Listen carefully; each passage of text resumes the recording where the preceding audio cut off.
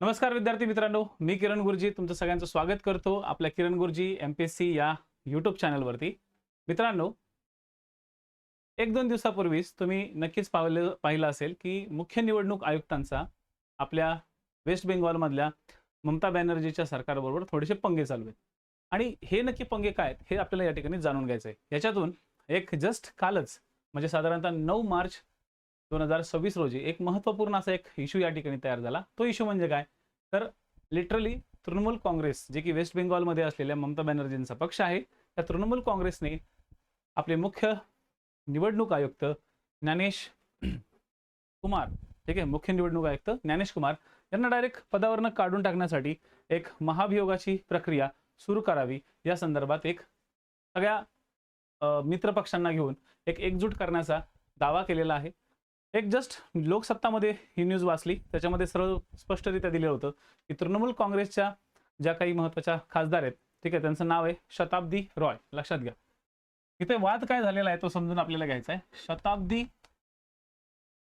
रॉय, ठीक आहे, शताब्दी रॉय या तृणमूल काँग्रेसच्या आहेत. ओके, तृणमूल काँग्रेसच्या आहेत, या एक खासदार आहेत. आणि ऑब्व्हियसली वेस्ट बेंगॉलमध्ये तृणमूल काँग्रेसचं सरकार आहे. तृणमूल काँग्रेसचं सरकार वेस्ट बेंगॉलमध्ये. या ठिकाणच्या ज्या सीएम आहेत त्या आहेत ममता बॅनर्जी.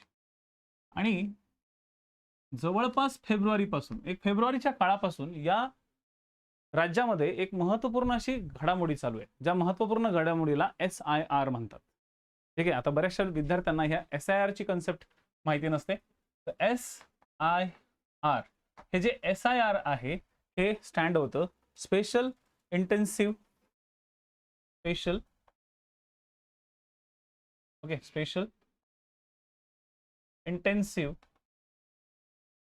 रिव्ह्यू, ठीक आहे, किंवा रिव्हिजन करण्यासाठी, त्याला रिव्हिजन पण म्हणतात. हे कशासाठी असते, तर इलेक्शन कमिशन ऑफ इंडिया राज्यातील मतदारांची पडताळणी करते. आता ही पडताळणी का केली जाते, ओके, का केली जाते, तर बघा एक साधी सिंपल गोष्ट लक्षात ठेवा की वेस्ट बेंगॉलच्या बाजूला आहे बांगलादेश, बरोबर. आणि या बांगलादेश आणि या बांगलादेश आणि भारताचा या ठिकाणी खूप मोठ्या प्रमाणात निर्वासितांचा एक लय मोठा इश्यू आणि खूप मोठी परंपरा पण येते. बांगलादेशी आपल्या वेस्ट बेंगॉलमध्ये शिरतात, ठीक आहे, आणि आपल्या वेस्ट बेंगॉलमध्ये येऊन राहतात, आपल्या भारतामध्ये राहतात. आणि भारतामध्ये राहत असताना ते काय करतात, आम्ही बांगलादेशी आहोत असं, आम्ही वेस्ट बेंगॉली आहोत असं सांगायचा प्रयत्न करतात. त्याच्यामुळे काय होतं, मूळ वोटर कोणते आहेत, काय आहेत, ह्या सगळ्या गोष्टींची आपल्याला छाननी करायची असते. इलेक्शन कमिशन ऑफ इंडिया राज्यांतील मतदारांची छाननी करते. आता ही मतदारांची छाननी करण्यासाठी इलेक्शन कमिशन ऑफ इंडिया कडे खूप मोठ्या प्रमाणात मॅन पॉवर असते का, तर मॅन पॉवर नसते. मग अशा वेळेस राज्यांच्या मतदारांची पडताळणी करण्यासाठी त्या ठिकाणी असलेल्या वेस्ट बेंगॉलच्या state election commission, okay, West बेंगॉलची state election commission, West Bengal यांची मदत घेतली जाते. आता या राज्याच्या निवडणूक आयोगाला मदतीला घेतलं जातं आणि ही राज्याची निवडणूक आयोग मग काय करतं, हे राज्याचं निवडणूक आयोग या सगळ्यांची मतदारांची पडताळणी करण्याचं काम करतं. म्हणजे केंद्राच्या मदतीला राज्यांची एक घटनात्मक संस्था त्या ठिकाणी काम करते.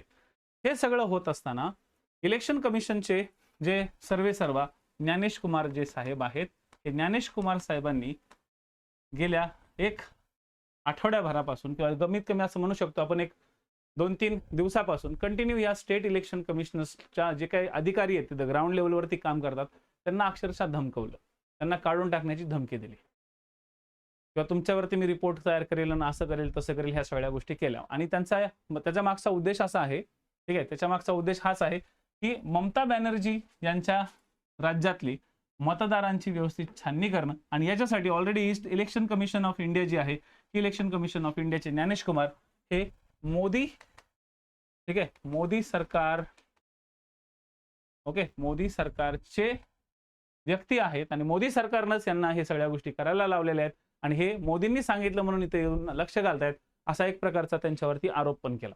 तर ममता बॅनर्जी यांनी केलेले आरोप आणि त्याच ममता बॅनर्जींनी केलेल्या आरोपावरती शताब्दी रॉय यांनी एक मागणी केली तृणमूल काँग्रेसच्या वतीनं, जे की तुम्हाला सगळ्यांना माहिती आहे की मोदींच्या विरोधात, एनडीए गव्हर्नमेंटच्या विरोधात बाकीच्या पक्षांनी इंडिया नावाचं एक गठबंधन केलेलं आहे. कुठल्या नावाचं? इंडिया नावाचं, ज्याच्यामध्ये काँग्रेस, राष्ट्रवादी काँग्रेस म्हणजे शरद पवारांचा गट वगैरे, त्यानंतर तृणमूल काँग्रेस, असे भरपूर सारे लोक आहेत आणि भरपूर पक्ष आहेत. तर या सगळ्यांनी काय केला, तिथं एक गट बनवला आणि या गटाद्वारे या गटाद्वारे स्पेशली मागणी केली जात आहे की आपण या इलेक्शन कमिशन ऑफ इंडिया चे जे मुख्य निवडणूक आयुक्त जे आहेत ज्ञानेश कुमार यांना काढू. मग आता इथं मुद्दा आपला तयार होतो, म्हणजे एखाद्या मुख्य निवडणूक आयोगाला निवडणूक आयुक्ताला जर काढायचं असेल तर भारतीय राज्यघटनेच्या कोणत्या कलमात ही तरतूद दिलेली आहे? कोणत्या कलमात ही तरतूद दिलेली आहे रे पोरांनो? आठवते का काही? कोणत्या कलमात तरतूद दिलेली आहे? बघा, या ठिकाणी आपली भारतीय राज्यघटना येते आणि आपल्याला करंट अफेअर्स विथ जीएस, मी तुम्हाला आधीच सांगितलंय माझा उद्देश आहे करंट अफेअर्स घेण्याच्या मागचा, करंट अफेअर्स विथ जीएस आपल्याला या ठिकाणी कव्हर करायचं आहे. ठीक आहे, तर करंट अफेअर्स विथ जीएस मध्ये आपल्याला बघायचे ते म्हणजे 324. लक्षात ठेवा, 324चा क्लॉज किती? 5. त्या 324च्या क्लॉज 5 मध्ये मुख्य निवडणूक आयुक्ताला काढण्याची पद्धत सांगितलेली आहे आणि काढण्याची पद्धत सरळ अशी आहे की जर मुख्य निवडणूक आयुक्ताला, आता त्या पद्धती जी दिलेली आहेत ती सरळ सुप्रीम कोर्टच्या, लक्षात घ्या, सर्वोच्च न्यायालयाच्या, आपण हे पूर्ण समजून घेऊ, सर्वोच्च न्यायालयाच्या न्यायाधीशाला, ठीक आहे, सर्वोच्च न्यायालयाच्या न्यायाधीशाला ज्या पद्धतीने काढलं जात त्या पद्धतीने यांना सुद्धा काढलं जातं. मग यांना जे काढलं जातं ते कशाच्या आधारावर काढलं जातं? ठीक आहे, तर मुख्य निवडणूक आयुक्ताला अपॉइंट केलं जातं राष्ट्रपतीद्वारे, पण काढण्यासाठी फक्त राष्ट्रपती एकटा नाही काढत, यांना जे काढलं जातं ते काढलं जातं संसदेच्या शिफारशीने. आणि यासाठी संसदेमध्ये यांच्यावरती काय तर एक प्रकारचा पदमुक्तीचा ठराव मंजूर होणं गरजेचं असतं. आता खरं सांगायचं तर हा जो पदमुक्तीचा जो ठराव असतो याबद्दल एक महत्त्वपूर्ण इन्फॉर्मेशन आता आपण थोडंसं समजून घेऊया. बघा, एक साधी सिंपल गोष्ट लक्षात ठेवा, यांना अपॉइंट कोण करतं? यांची निवड, ठीक आहे, निवड आणि नेमणूक हे राष्ट्रपती करतात, बरोबर. परंतु मुख्य निवडणूक आयुक्ताला जर काढायचं असेल तर राष्ट्रपती एकटे काढत नाहीत, म्हणजे यांना पदाची शाश्वती देण्यात आलेली आहे. पदाची शाश्वती असणं ह्या महत्वाच्या पदासाठी खूप गरजेचे आहे. पण याची एक पद्धत आहे, जी पद्धत सुप्रीम कोर्टशी थोडीशी मिळती जुळती आहे. यासाठी काय करावं लागेल? यासाठी अशा पद्धतीचा जो ठराव आहे, अशा पद्धतीचा ठराव सगळ्यात आधी संसदेत मांडता येतो. संसदेतील कोणत्याही सभागृहात, हा पॉइंट लक्षात ठेवा, संसदेतील कोणत्याही सभागृहात मांडला जातो. कोणत्याही सभागृहात हा मांडला जातो. असं नाही की एखाद्या म्हणजे लोकसभेतच मांडला जातो, राज्यसभेत, असं नाही. कोणत्याही सभागृहात. लोकसभेत जर मांडायचा असेल तर त्याला एक पाठिंबा पण गरजेचा असतो. तर पाठिंबा गरजेचा असतो लोकसभेच्या 100 सदस्यांचा. Point to be noted. आणि जर राज्यसभेत मांडायचा असेल तर राज्यसभेत पाठिंबा गरजेचा आहे 50 सदस्यांचा. ठीक आहे, 100 आणि 50 सदस्यांचा. इथे एक इंटरेस्टिंग गोष्ट अशी आहे की लोकसभेत आणि राज्यसभेत ज्यावेळेस मांडला जातो हा ठराव, तर हा ठराव मांडल्यानंतर लोकसभेचे पीठासीन अध्यक्ष किंवा राज्यसभेचे पीठासीन अध्यक्ष किंवा सभापती हा फेटाळू पण शकतात, बरं का रे बाबांनो. हा पॉइंट लक्षात ठेवा, हे फेटाळू पण शकतात. समजा यांनी फेटाळला तर प्रोसिजर स्टॉप, आणि समजा यांनी स्वीकारला तर मग ती प्रोसिजर पुढच्या टप्प्यात येते. मग जी प्रोसिजर पुढच्या टप्प्यात काय येते? हा स्वीकारला, सपोज जर हा स्वीकारला तर त्या ठिकाणी एक तज्ञ समिती गठीत केली जाते आणि त्या समितीत 3 लोक किंवा 3 व्यक्ती असतात. हे 3 व्यक्ती, एक सुप्रीम कोर्टचा असतो, ठीक आहे, सुप्रीम कोर्टचा generally chief justice of India, किंवा काही हायकोर्टचे जज असतात, चीफ जज, किंवा तिसरा असतो एखादा कायदेपंडित. मग हे काय करतात की तो महत्वाचा मुद्दा जो आहे ना तो मुद्दा त्या ठिकाणी पडताळतात. काय करतात? महत्वाचा मुद्दा त्या ठिकाणी पडताळतात. ठीक आहे,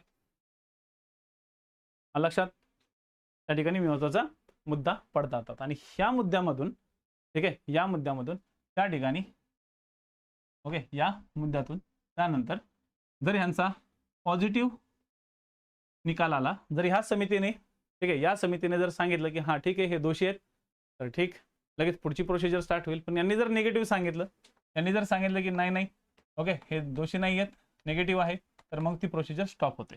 पण जर पॉझिटिव्ह असेल तर ती प्रोसिजर पुढे जाते आणि पुढे